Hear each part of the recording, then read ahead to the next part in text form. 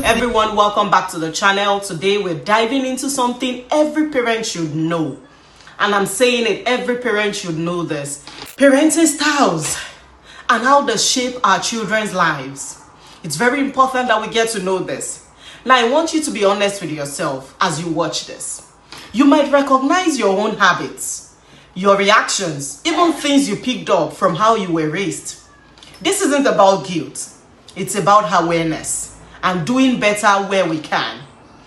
There are main 4 types of parenting styles.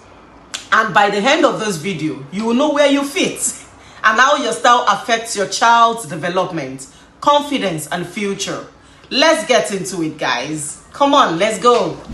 Okay, so the first type of parenting is authoritarian parenting or the authoritative parent. This is the strict parent, also known as you must do what I say. Now, you probably fall into this style if you expect full obedience. 100% obedience is what you expect from your child. You don't explain rules, you just enforce them. You don't tell them why they should do this. Or when a child asks why, your response is, because I said so. If you are one of these, then you fall into that area. Now imagine, your 8 years old spills a drink. And then you shout, why did you spill that drink? I've warned you several times. Now get into your room. Now, you did not explain to that child what he or she has done. Now, all the child has seen is consequences. The result of this is that the child may behave out of fear. The child can act out of fear. The child won't be able to defend himself outside. That's the risk. So the child will be able to obey rules, but will not be able to stand up to himself or herself. Now, is that what you want? Is that the kind of child you want to raise? I bet you your answer is no. So as authoritative as we could be as parents, let's be careful to watch it so that our children don't go into their shell. Because what the things you're telling that child is, you can't speak up. You can't defend yourself.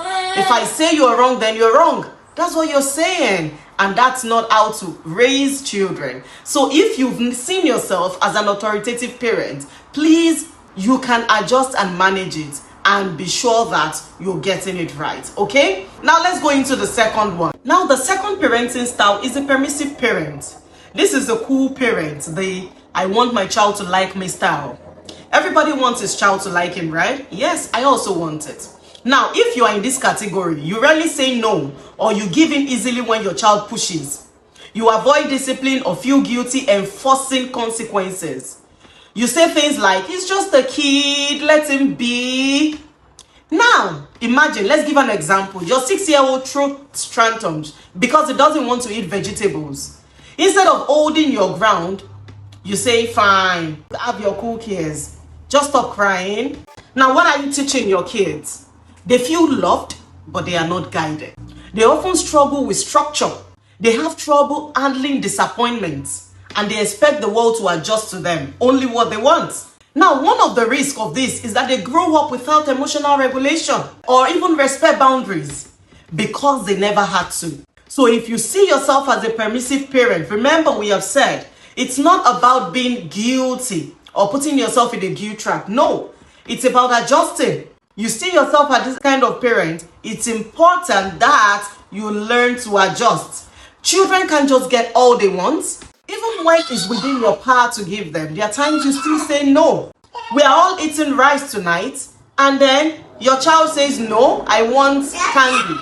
And you say, oh, because you're crying and throwing tantrums, go ahead and eat your rice. No, it's not done that way. Go ahead and eat your candy rather. No. Everybody is eating rice. We should eat rice together as a family. So it's very important that you teach your children boundaries. They should know boundaries. Despite the fact that you love them, remember, when you love them, you will chastise them and you correct them because of their future. Let's go into the third one. The third one is not in any way positive. The neglectful, uninvolved parenting. This one is hard to talk about, but important. It's the I'm too busy, figure it out parent style. Now, you may not be yelling, you may not be spoiling, but you are emotionally and physically absent. You might relate if you are often overwhelmed, stressed, or emotionally distant. Your child spends most of the day alone, with a screen, or by themselves. You are there, but not present.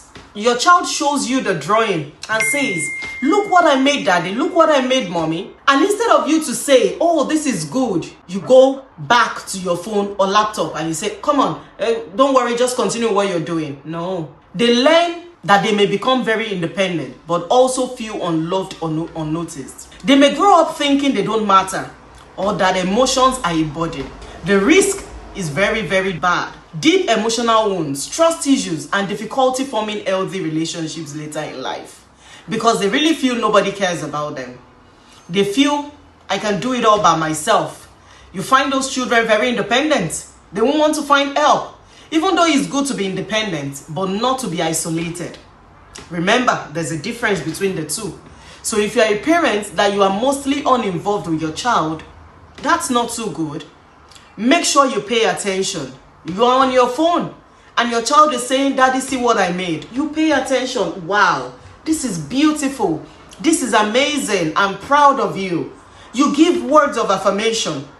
Then your child goes up. You've made his or her day. Your child is happy because you have given a beautiful comment. But when you say, I'm busy, go and meet your mommy. Oh, I'm busy, go and play. No, you've only hurt that child's emotion. And you've only made that child feel that love emotions or loving emotions are not valid. I'm sure you don't want to do that as a parent. So please let us watch it. If we find ourselves any of these categories, remember we said, it's not to guilt trap us. No, it's so that we can adjust. When I was preparing for this as well, I had to look at it and I said there's a need to check and balances to our things, even as parents. Let's go over the last one, the last type of parenting. Now, this is the last type of parenting. Authoritative parenting is different from the first. This is the firm but loving style, and it's considered the healthiest parenting approach. You set clear rules, but also explain why. You discipline, but with love, not fear. You listen, talk, and connect, while still leading with confidence. Real life example is that your child eats their sibling. You get down to their level and say, I know you were upset, but eating is not okay. Let's talk about what you were feeling and how we can handle it next time. Do you know what you make them feel, what they learn? Boundaries and empathy, discipline and self-expression. They grow up with a strong sense of self-respect for others and emotional intelligence. You're raising a confident, compassionate human who knows how to listen, think, and love.